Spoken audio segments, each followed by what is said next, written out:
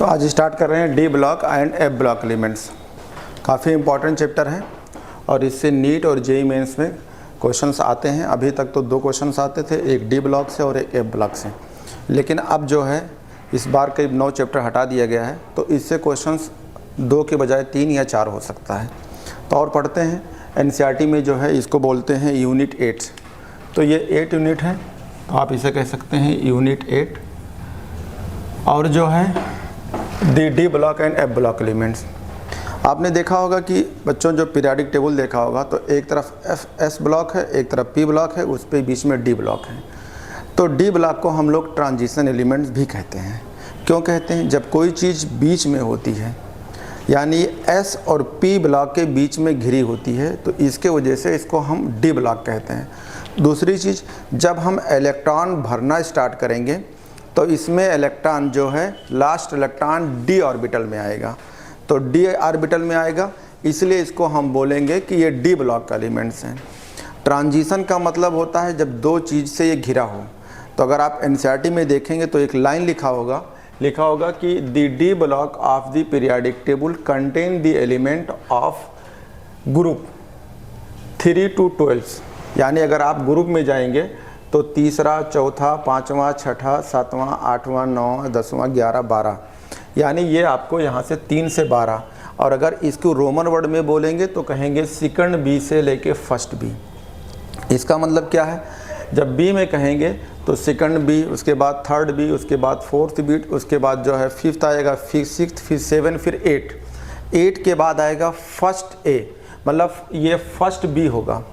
मतलब पहले जो है अगर पीरियोडिक टेबल बगल में लगी हुई है तो अगर आप देखेंगे फर्स्ट बी है, उसके बाद लास्ट में फिर सेकंड बी है। तो इसको आप चेंज कर सकते हैं। ये जो है आपका यहाँ से जो स्टार्ट होगा, ये बी में अगर आप देखेंगे तो यहाँ पे इसको सही कर लीजिए, थर्ड बी से स्टार्ट होती है। यहाँ से ये थर्ड बी जाएगी और इसको जो है या इसको 13 कहेंगे। और जब इधर जाएंगे तो आपको जो है फर्स्ट बी है, कापर वाली है, उसके बगल में जाएंगे तो आपकी जो है देखो पीरियोडिक टेबल लगा है, जिंक वाले हैं, तो इसको आप फर्स्ट बी, थर्ड बी से लेके सेकंड बी कह लीजिए। इसको चेंज कर लीजिए, यानी जो आपका थर्ड बी होगा इसका मतलब थर्ड ग्रुप है। और जब इधर जाएंगे, बढ़ते जाएंगे रोमन वर्ड में, तो इसको आप थर्ड बी से लेके और इसे सेकंड बी तक कह सकते हैं। सेकंड बी में जो होगा वो आपका जो होगा जिंक, कैडमियम, मरकरी। इससे पहले जो होगा वो उसका फर्स्ट बी होगा। तो इसमें एक बार जो है कह सकते हैं कि d block of the periodic table contain the element of the group 3 to 12 या third B to second B in which the d orbital are progressively filled in each of the 4 long periods। इसका मतलब अगर आप transition element देखेंगे तो इसमें आपके जो पीरियड मिलेंगे तो आपको जो है फर्स्ट, सेकंड, थर्ड, फोर्थ मिलेंगे। जैसे अगर इसी को ट्रांजिशन वर्ड यूज करेंगे तो इसे कहेंगे फर्स्ट ट्रांजिशन एलिमेंट, जिसको आप बोलते हैं स्कैंडियम से स्टार्ट होती है। उसके बाद नीचे आएंगे तो ये सेकंड ट्रांजिशन एलिमेंट जिसे याट्रियम से स्टार्ट होती है। उसके नीचे आएंगे थर्ड वाले, तो इसी को पीरियड भी कह सकते हैं। तो देखिए एनसीईआरटी आप ये लगी हुई है पीरियोडिक टेबल, ये आपका जो है फोर्थ है, ये फिफ्थ है, ये सिक्स। देखो ये फोर्थ वाला जब पीरियड में आएंगे तो स्कैंडियम मिलेगी। फिफ्थ पीरियड में आएंगे तो पहला ट्रांजिशन एलिमेंट जो होगा यानी 4D वाला एट्रियम होगा। 6 में आएंगे तो लेंथेनम होगा और 7th वाले में आएंगे तो एक्टिनम AC वाले होंगे। तो यहीं से स्टार्ट हो जाती है आपका जो है ट्रांजिशन एलिमेंट्स, या डी ब्लॉक के फर्स्ट मेंबर वाले हैं। तो अगर कहेंगे उसी के अंदर अगर आप देखेंगे तो देखो डी ब्लॉक में आपको जो आप यहाँ पे फिफ्थ डी और जो आपका यहाँ पे 6D कहेंगे तो इसमें लेंथेनाइड और एक्टेनाइड्स हैं। तो उसी में जो है नीचे अलग से रख दिया गया है 4F और 5F सीरीज वालों को। तो आप कह सकते हैं कि the F block consist of the element in which 4F and 5F orbital are progressively filled. Progressively का मतलब होता है प्रगतिशील या लगातार भरती जाएंगी। तो यहाँ पे जो भरेंगे वो डी में जाएंगे। अगर लास्ट इलेक्ट्रॉन एफ में आएगा, 4F में आएगा तो इसे लेंथेनाइड सीरीज कहेंगे, 5 में आएगा तो एक्टेनाइड। यानी आपका साथ में एफ ब्लॉक भी चल रहा है, लेकिन अभी जब आगे अलग अलग करेंगे, पहले डी पढ़ाएंगे फिर एफ पढ़ाएंगे। कहते हैं D block occupy the long middle. D block जो है occupy the long middle section कह रहे हैं flanked by S and P in periodic table. Flank का मतलब होता है घिरा होना, यानी घिरा रहेगा। तो घिरा रहेगा तो किससे घिरा हुआ है, इधर एस है इधर पी है, उसके बीच में है, तो डी ब्लॉक वाले एस और पी ब्लॉक से घिरे होते हैं पीरियाडिक टेबल में। कह रहा है D orbital of the penultimate energy level. Penultimate का मतलब क्या होता है, अगर आप कहेंगे मान लो ये न्यूक्लियस है, ये आपका पहला सेल है, ये आपका दूसरा सेल है, ये आपका तीसरा सेल है, ये आपका चौथा सेल है, तो जो ये आउटर वाला सेल होगा इसे कहेंगे बैलेंस सेल्स या आउटर सेल्स, इसका नाम हो जाएगा आउटर सेल। और जो ये नीचे वाला होगा इसी का नाम हो जाएगा, इसको बोलेंगे पेनल्टीमेट सेल्स, ये वाला होता है पेनल्टीमेट एनर्जी लेवल या पेनल्टीमेट सेल्स, एक ही नाम है, एनर्जी लेवल का ही है, पेनल्टीमेट है। यानी एस से जो लास्ट वाला होगा, अगर वो एस इलेक्ट्रॉन है तो उसके अंदर वाला जो होगा वो डी वाला होगा। तो कह रहे हैं d orbital of the penultimate energy level in their item receive electron give rise to the 4 row of the transitions metal, that is क्या क्या होंगे, 3D series, 4D series, 5D series और 6D सीरीज। तो इसको अलग अलग हम classify करेंगे ट्रांजिशन मेटल को, कि जब ट्रांजिशन मेटल जो है आप पढ़ेंगे तो स्कैंडियम वाली जो होगी, स्कैंडियम से लेके जो है आपके जिंक तक जो होंगे, इसमें जो जिंक, कैडमियम, मरकरी है, इसको हमने यहाँ डी ब्लॉक में तो रखा है, लेकिन हम इसे ट्रांजिशन एलिमेंट नहीं कहेंगे। क्यों नहीं कहेंगे, क्योंकि इनके डी जो होते हैं कंप्लीट भरे होते हैं, यानी फुल D10 होता है, कंप्लीट इलेक्ट्रॉन भरा होता है, यानी इनके ऑक्सीडेशंस जो होंगे या इनके जो वेरिएबल वैलेंसी होगी, इनमें वैलेंसी कांस्टेंट होती है, वेरिएबल नहीं होती, यानी फिक्स होगी, 2 ही रहेगी।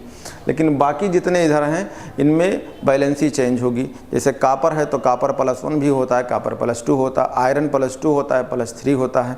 ऐसे जितने एलिमेंट हैं, सिर्फ आप जो है जिंक, कैडमियम, मरकरी छोड़ दीजिए, तो बाकी ग्राउंड स्टेट में ऑक्सीडेशन नंबर होगा और एक्साइटेड स्टेट में होगा, यानी अलग अलग ऑक्सीडेशन नंबर शो करेंगे, यानी वेरिएबल वैलेंसी शो करेंगे। तो इसी वजह से इनको ट्रांजिशंस नाम रखते हैं। और 3D, 4D और 5D सीरीज़ आप पढ़ेंगे तो आप जो है इनको जो है अलग अलग पीरियाडिक टेबल जब अगर आप देखेंगे, स्कैंडियम वाले को 3D या एटीएम वालों को 4D, इसको जो है 5D, इसको 6D सीरीज़ कहेंगे।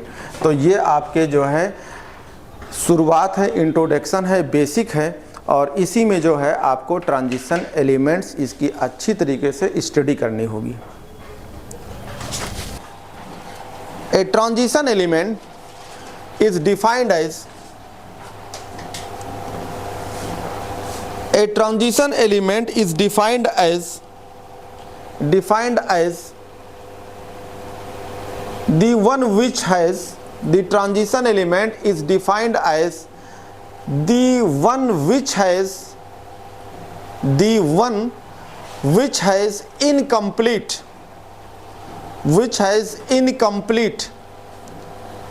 field of d orbitals. The transition element is defined as the one which has incomplete field of d orbital in its ground state, NCERT की लाइन है ये, in its ground state or in any one of its oxidation states, in its ground state or in any one of its oxidation state। ये NCERT का line है, इसको मैं अपनी भाषा में बताता हूँ। इन इट्स ग्राउंड स्टेट और any one of its oxidation states.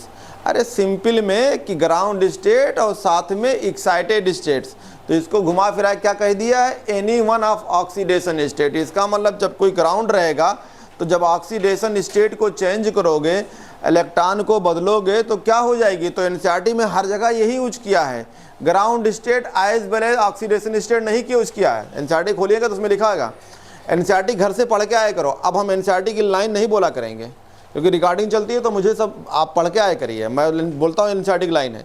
तो ground state and in any its oxidation state, ये वर्ड बोलता है।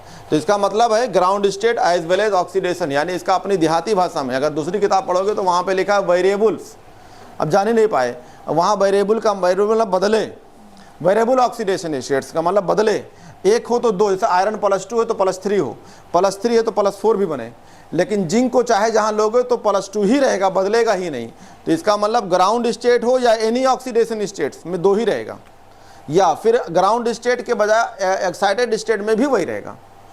तो ये चीज़ें हो गई आपकी ट्रांजिशन। इसीलिए एक लाइन नीचे लिख सकते हैं, एनसीईआरटी में लाइन लिखा हुआ है कि जिंक, कैडमियम, मरकरी को हम ट्रांजिशन एलिमेंट्स नहीं कहेंगे। क्यों नहीं कहेंगे? वहाँ लिखा होगा due to full filled of d orbitals. तो लिख लीजिएगा लाइन नीचे, zinc, cadmium, mercury, zinc, cadmium and mercury, ये देखिए आपके सामने उधर लिखे हुए हैं पीरियोडिक टेबल में, सेकंड बी के हैं। कहाँ के ये लोग हैं? सेकंड बी के। तो zinc, cadmium, mercury, mercury of group 12, mercury of group 12, 12 हो गए ना, 1 2 3 करेंगे, या फिर क्या बोलेंगे? सेकंड बी ग्रुप 12, या ब्रैकेट में second B, have, second B have क्या कहेंगे? D10 कि नहीं? तो आप कहेंगे हैव फुल D10s। एनसीईआरटी में देखें तो लाइन लिखा होगा हैव फुल D10s, यानी फुल का मतलब क्या? पूरा भरा है। Full D10 configuration in their ground state, full D10 configuration in their ground states, configurations in their ground states. अगर ग्राउंड स्टेट में इनका कॉन्फ़िगरेशन यही है तो एक्साइटेड करें। देखो एनसीईआरटी में क्या लिखा होगा, क्या एनसीईआरटी ने यूज किया है as well as their common oxidation state, यानी जो है आप जो है यही फॉर्म में रहेगी। एक्साइट करो, वेरिएबल करना चाहो तो नहीं बदलेगी, वही रहेगी। तो एनसीईआरटी ने यूज किया है as well as in their common oxidation state. तो एनसीईआरटी की लाइन लिख लो, एज वेल एज, ठीक है, in their common oxidation state, their common oxidation states, common oxidation से। तो जब अगर ऐसा होगा तो इसीलिए जो है, यानी इनको कॉन्फ़िगरेशन करिए तो क्या करिए, तो आएगा 3D10 4s2। अब इन्हें एक्साइटेड करो तो ये स्टेट में भी रहेगा। और एनसीईआरटी ने कहा कि जो हम एक्साइटेड बोल रहे हैं ना, तो यहाँ पे एनसीईआरटी इसी को बोल रही देयर कॉमन ऑक्सीडेशन स्टेट, यानी ये जो ग्राउंड में रहेगा और इसको बदलना चाहोगे तब भी वही रहेगा। तो इसको वर्ड यूज किया है कॉमन ऑक्सीडेशन स्टेट। तो मैं दोनों बातें बता रहा हूँ कि आपके समझ में भी आए और एनसीईआरटी समझ में आए। अगर खुद से एनसीईआरटी पढ़ना पल्ले नहीं पड़ेगी, जान नहीं पाओगे क्या लिखा हुआ है। तो इसका मतलब है कि ग्राउंड स्टेट कॉन्फ़िगरेशन किया, फिर मैं एक्साइटेड का बदलता था, तो यहाँ पे बदलाव नहीं होगी, वही रहेगा, यानी जिंक +2 ही रहेगा। अगर 2 इलेक्ट्रॉन एस का निकल जाएगा तो वही रहेगा उसके। तो आपने पढ़ा होगा, आपको पढ़ाए थे बहुत जगह, आपको इलेक्ट्रोकेमिस्ट्री में यूज किया था कॉपर +2 तो जिंक +2, तो जिंक +2 बनता था और कॉपर +2 से कॉपर 0 में जाता था। तो कॉपर +1 भी होता है और कॉपर +2 भी होता है। तो कॉपर में कौन सा ऑक्सीडेशन है? वेरिएबल है। तो वेरिएबल है यानी बदलती है, वेरिएबल मतलब बदल रही है। तो इसका मतलब ग्राउंड स्टेट में कुछ और होगा, एक्साइटेड में कुछ और होगा, इसलिए इसको किस में रखेंगे? ट्रांजिशन में। लेकिन इनका नहीं बदलता है, तो इसलिए एनसीईआरटी में लास्ट में लाइन जोड़ दिया, hence are not regarded as transition elements. तो इसलिए इनको हम ट्रांजिशन एलिमेंट्स नहीं कहते हैं। तो ये लोग ट्रांजिशन एलिमेंट नहीं हैं, ध्यान दीजिएगा, क्योंकि वेरिएबल ऑक्सीडेशन नहीं शो करते हैं। इनका +2 ही रहेगा और कोई ऑक्सीडेशन नहीं होती है। तो इसलिए इन्हें आगे आप जोड़ सकते हैं, hence not regarded as transition elements. तो इसे आप आगे लिख लीजिए कि नॉट रिगार्डेड ट्रांजिशन एलिमेंट्स, इन्हें ट्रांजिशन एलिमेंट नहीं कहते हैं।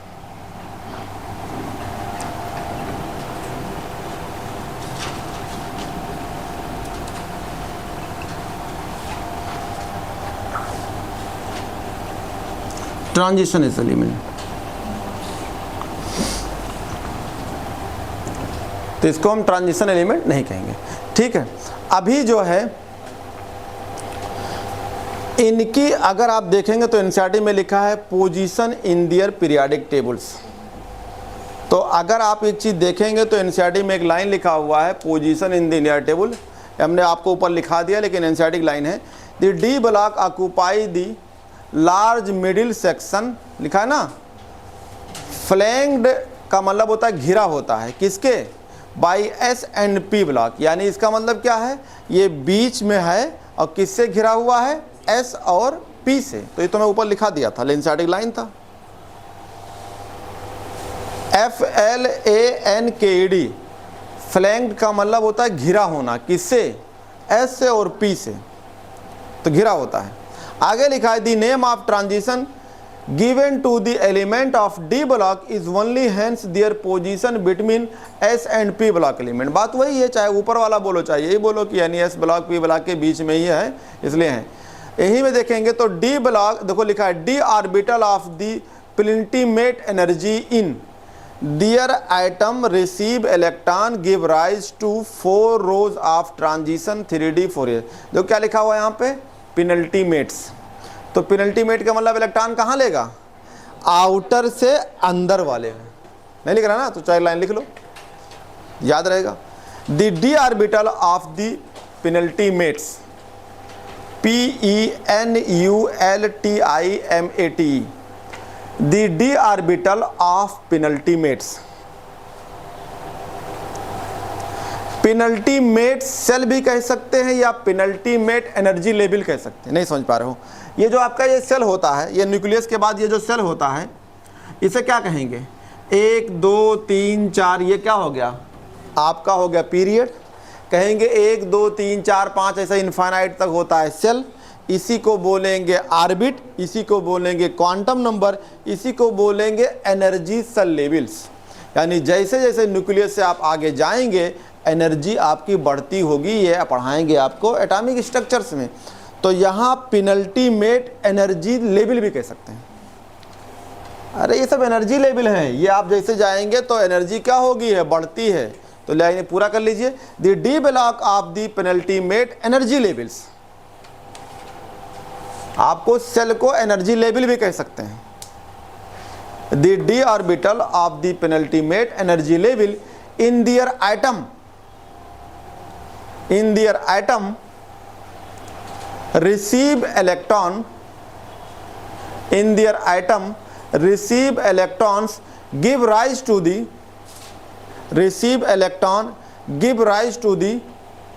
4 rows, give rise to the 4 row। अरे जो अभी आपको ये बनाया है ये यही give rise to the 4 row। और रो कौन सा रहेगा? ये वाला हॉरिजॉन्टल्स, ये वाला वर्टिकल नहीं, ये वाले लेफ्ट टू राइट यानी horizontals. Give rise to the 4 row of the transition metals, give rise to the 4 rows of transition metals. कौन कौन हो सकते हैं? दैट इज, लिख लो 3D, 4D, that is 3D। 4 रोज के आगे लिखिए that is 3D, 4D, 5D and 6D। ये रहा 6D। आगे इसमें चाहे जोड़ दो। अगर आप देखेंगे तो सबके अंदर कितने लोग मिलेंगे? क्या एलिमेंट होंगे? 10। तो इसका आगे लिख दो, ब्रैकेट लिखो, ब्रैकेट में consist of 10 element each, consist of 10 element each. समझ में आ गया? एक रो में कितने होंगे? 10 एलिमेंट से होंगे, 10 एलिमेंट से जुड़े होंगे, 10 लोग होंगे। Consist of 10 element each. अब लिखते हैं, अब यहाँ पे लिखिए इलेक्ट्रॉनिक कॉन्फ़िगरेशंस। तो इलेक्ट्रॉनिक कॉन्फ़िगरेशन एनसीईआरटी वाला जो लिखा होगा उसको चेंज करना होगा। एनसीईआरटी में जो इलेक्ट्रॉनिक कॉन्फ़िगरेशन लिखा है N-1 D1 to 10, ये तो सही है, लेकिन लिखा NS1 to 2 लिखा है ना। इलेक्ट्रॉनिक हीटिंग के इलेक्ट्रॉनिक जनरल इलेक्ट्रॉनिक कॉन्फ़िगरेशन, इसे लिख लो। जनरल मतलब ये तरीका है, इसी में इसी तरीके से भरना होगा। तो general electronic configurations, electronic configurations, electronic configurations. तो क्या मिलेगा आपको, पहले कौन भरा रहेगा, एस इलेक्ट्रॉन एस में जाएगा क्योंकि इसकी एनर्जी कम होती है। तो कितना जाएगा, यहाँ पे लिखना होगा 0 to 2, किताब लिखा होगा 1 to 2, तुमको सही करना होगा। एस में 0 भी होता है, एस में 1 भी होगा, एस में 2 भी होगा। तो देखो आ गया, एस में क्या होगा 0 भी, इसके अंदर क्या आ जाएगा 1 भी, इसके अंदर क्या आएगा 2 भी, ये हो गया। और कामा लगाइए, और यहाँ पे जब एक कम होता है, डी कहाँ होता है, आखिरी वाले के पहले, अरे आखिरी बात जो अंदर आ रही है, तो यहाँ 1 सेल कम कर दीजिए, तो यहाँ हो जाएगा डी। और कितना भरेंगे 1 से 10। अभी दिखा के आया हूँ, न्यूक्लियस के बाद सेल बनाया था, तो आउटर मोस्ट सेल था, तो उसके अंदर वाले क्या बोलते हैं, पेनल्टी मेट सेल, और पेनल्टी मेट ही तो डी है। तो 1 कम करोगे नहीं करोगे, तो वहाँ बाहर वाले से 1 घटा दो, तो घटा दिया। तो वो घटा नहीं रहा हूँ, आपको सेल बनाया, सेल से दिखा रहा हूँ, तो यहाँ घटा दिया, लेकिन यहाँ सही करा दिया। क्योंकि देखो अभी तुम्हें कन्फ्यूजन होगी, अरे हम तो 1 से 2 याद किए थे। देखो 4 रो का कॉन्फ़िगरेशन बना है, देख लो, बनाइए 4 रो का, नीचे बना है लाल लाल, देखो खतरा है एकदम, लाल के ही तरह बना है। तो अगर आप देखेंगे तो इसमें चेक करिए, तो आइए जर्कोनियम से इसमें आइए, एट्रियम से आइए, एट्रियम में आइए, यानी वाई से सी डी आइए, आए सी डी में देखो पी डी देखो, और पी डी के नीचे आओ तो लिखा है 0, नहीं मिला क्या, पी डी के नीचे और 0, और देखो 0 किस में है, एस में, अरे उसके आगे लिखा है 5s और 5d, तो एस में क्या है 0। तो अगर तुम यहाँ लिख दोगे 1 तो बात सही है क्या, नहीं, तो ये कॉन्फ़िगरेशन किताब वाला सही कर लो। हाँ अगर मान लो ये ऑप्शन में नहीं है तब क्या करें, तब वो करके आना। अगर मान लो ये नहीं है तो हम छोड़ के आए, नहीं तो तुम छोड़ के ना हो, चालाकी ना दिखाओ, तो ये करके आना। अगर ये नहीं मिला तब क्या कर लेना 1 to 2, लेकिन ये क्योंकि तुम्हारे हमने पहले तुम्हें दिखा दिया कहाँ 0 है, तो आपको ऊपर वाला सही है। लेकिन अगर ऊपर वाला ऑप्शन में नहीं है तो आप ये लगा के आएंगे, छोड़ के नहीं आएंगे, वरना फिर जो है आपकी तैयारी फिर करनी पड़ेगी। चालाकी दिखाओगे फिर तैयारी करोगे, कहीं तो नहीं करेंगे, जाके प्राइवेट में ले लेंगे। तो प्राइवेट का मतलब है, तुम सोचो जब तुम ये निकाल नहीं पाए तो वहाँ क्या काल होगा, वहाँ भी ये धक्का पलेट चलेगी, जुगाड़ से ही काम होगा, पास ही नहीं होंगे, घर वाले परेशान रहेंगे। तो ध्यान रखिएगा, जो काम दिया गया उसे करो ईमानदारी से। तो एक सीरीज पढ़ा देते हैं, मैं पढ़ा चुका हूं, कोई दिक्कत नहीं। तो आओ लिखते हैं पहला हेडिंग्स। पहला हेडिंग क्या रहेगा आपका, अब आप पढ़ते हैं ना, ये तो बता तो दिया। तो क्या लिखा है, electronic configuration of D element. तो आप हेडिंग लिखिए, इलेक्ट्रॉनिक कॉन्फ़िगरेशन चल ही रहा है ना, लिखा तो है, बस आप सीरीज लिख लीजिए। कौन सा सीरीज पढ़ेंगे, पहला फर्स्ट ट्रांजिशन सीरीज यानी 3D सीरीज। आओ पढ़ते हैं first transition series. First transition series, first transition series को हम बोलते हैं 3D सीरीज। तो लिख लिए ब्रैकेट में 3D सीरीज। तो यहाँ पे तो आपको हमने सबको बताया था, ये हम याद करा चुके थे, कॉन्फ़िगरेशन करने की जरूरत नहीं लिखी पड़ेगी। ऐसे लिख डी लिख पलट दे, पढ़ाया था ना, बस वही कर दीजिए। तो ये आपका हो गया स्कैंडियम, इसके बाद क्या आएगा टाइटियम, उसके बाद बेलेडियम्स, ठीक है। तो ये कौन सा होगा 21, यहाँ होगा 22, यहाँ 23, उसके बाद क्रोमियम हो जाएगा 24, उसके बाद हो गया मैग्नीज 25, आयरन 26, उसके बाद कोबाल्ट 27, निकेल 28 और कापर 29 तक। बस 29 तक पढ़ेंगे, लेकिन कॉन्फ़िगरेशन सब में ले लें। जिंक 30, 10 को पूरा कॉन्फ़िगरेशन करेंगे। हो गया। देखो हमारा तरीका था, हमने क्या पढ़ाया था, एस लिख डी लिख पलट दे, ये हमारा ट्रिक था। जैसे स्कैंडियम है, स्कैंडियम के आगे लिखो, नीचे यहाँ लिख, एस लिख डी लिख पलट के लिख दे, तो डी में 1 और एस में 2, तो कितना हो जाएगा डी में 1 और एस में 2, हो गया। लेकिन कौन सीरीज पढ़ रहे हैं 3D, तो यहाँ क्या लगा देंगे 3D और यहाँ क्या हो जाएगा 4s, हो गया ट्रिक।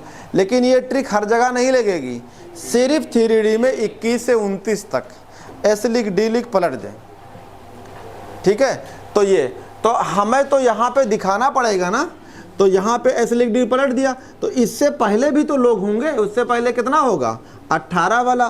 तो यहाँ आप क्या कहेंगे, लिखो आर्गन, और आर्गन डब्बम बंद कर दो, 18 चला गया। तो कितना बचा 18 2 20, ये 21 3 बचा, तो 3 को यहाँ लिख दो।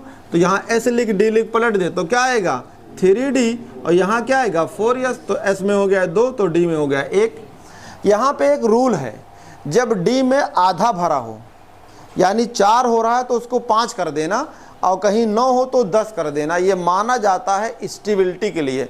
तो क्रोमियम और आपको कॉपर में मिलेगी। तो यहाँ पे आइए, फिर यहाँ लिखेंगे आर्गन, और यहाँ ट्रिक फिल लगा दो। जैसे आपने स्कैंडियम लिखा तो यहाँ टाइटियम लिख दो, और टाइटियम हो गया 22, तो S लिख D लिख पलट दे तो पलट के लिख दो, तो D में 2 S में 2 हो गया। सीरीज कौन सी पढ़ा रहे हैं 3D, तो 1s2 2s2 करोगे तो यहाँ क्या आएगा 3D आएगा। तो ये हो जाएगा 3D, कितना इलेक्ट्रॉन 2, और ये आपका 4s2। तो S लिख D लिख पलट दे तो 21 22 23 24 25 26 27 28 29 तक S लिख D लिख पलट दे वही आएगा। यहाँ भी बेरिलियम को लिखना है तो आपने लिया 23, और यहाँ लिख S लिख D लिख पलट दे तो D में 3 और S में 2।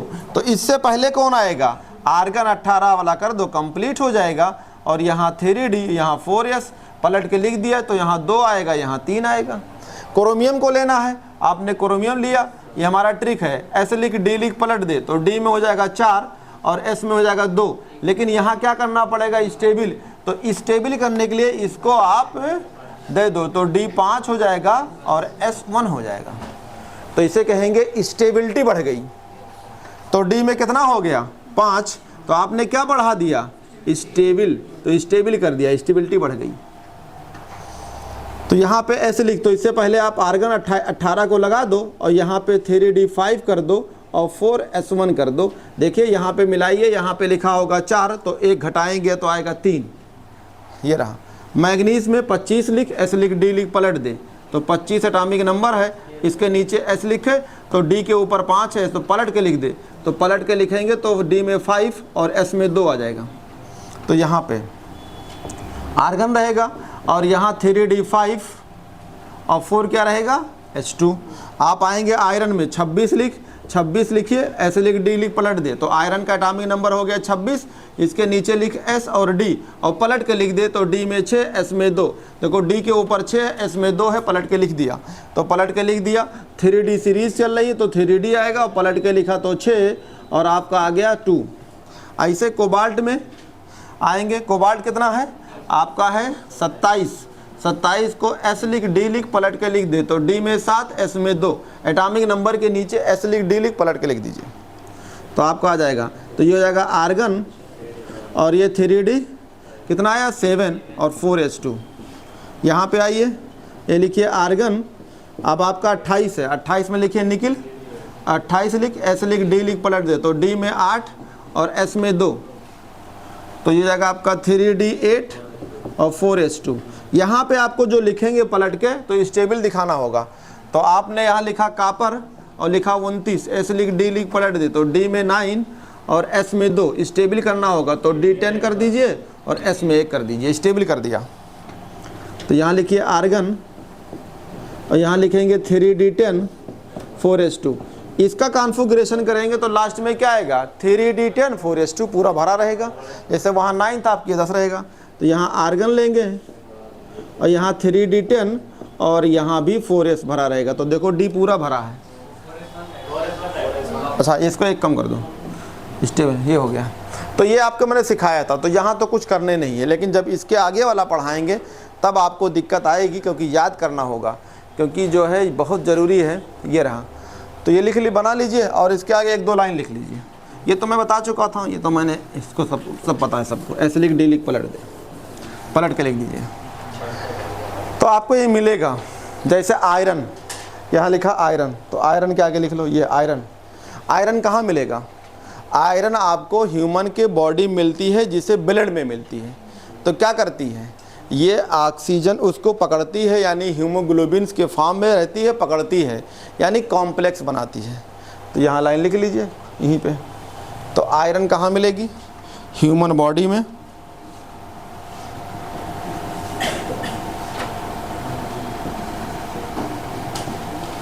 ह्यूमन के बॉडी में। और बॉडी में कहाँ, ब्लड के अंदर, हीमोग्लोबिन के साथ होती है, और ये जो है ऑक्सीजन को पकड़ के जो है फेरस के फॉर्म में होती है और ब्लड को सप्लाई करती है, पूरे टिश्यू में पहुंचाती है। तो ये आपको मिलेगा, क्योंकि जब आप कहीं पढ़ेंगे तो ये जो है यूज होगी।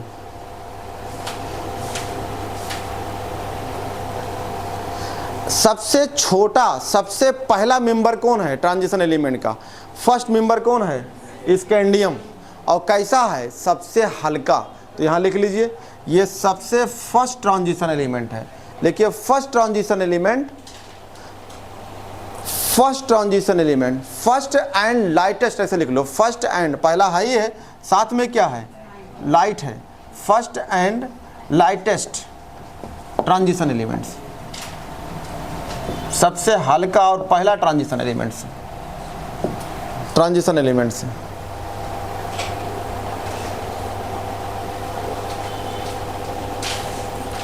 टाइटेनियम को इस्तेमाल करेंगे, जब आपको पढ़ाएंगे तब बताएंगे। स्मोक स्क्रीन में इस्तेमाल करते हैं टाइटेनियम के ऑक्साइड को। किस में इस्तेमाल करते हैं? स्मोक स्क्रीन्स, जहाँ पे धुआं वहाँ का जो है पर्दा हो, टाइटेनियम ऑक्साइड्स। ठीक है, TiO2 लिख लो और TiCl, तब बता देंगे आपको जब पढ़ाएंगे तब, छोड़ो यहाँ, बस अंदर रखा रहने दो, सब मिलेंगे, कैरेक्टर में मिलेंगे। ठीक है, तो ये तो आपकी फर्स्ट ट्रांजिशन हो गया। सेकंड ट्रांजिशन एलिमेंट जब आप पढ़ेंगे तब उसमें आपको प्रॉब्लम आएगी, याद करना होगा। थर्ड ट्रांजिशन एलिमेंट पढ़ाएंगे तो उसको याद करना होगा। अब होता क्या है कि अब आज जो ट्रांजिशन एलिमेंट स्टार्ट करो, जिस दिन हमने देखा है, जिस दिन अच्छा चैप्टर स्टार्ट करता हूँ उस दिन दुनिया का एक सिस्टम है, इसीलिए बाबा लोग कामयाब होते हैं, इसीलिए कामयाब होते हैं। ये तो अच्छा हुआ कि बीच में थोड़ी टाइम चली गई हमारी, तो इसको बंद कर दो। तो जो है, नहीं तो अभी हम पढ़ा देते हैं, ना सेकंड और थर्ड है तो नानी याद आ जाती सबकी। लेकिन अब वही है कि किस्मत अच्छी है।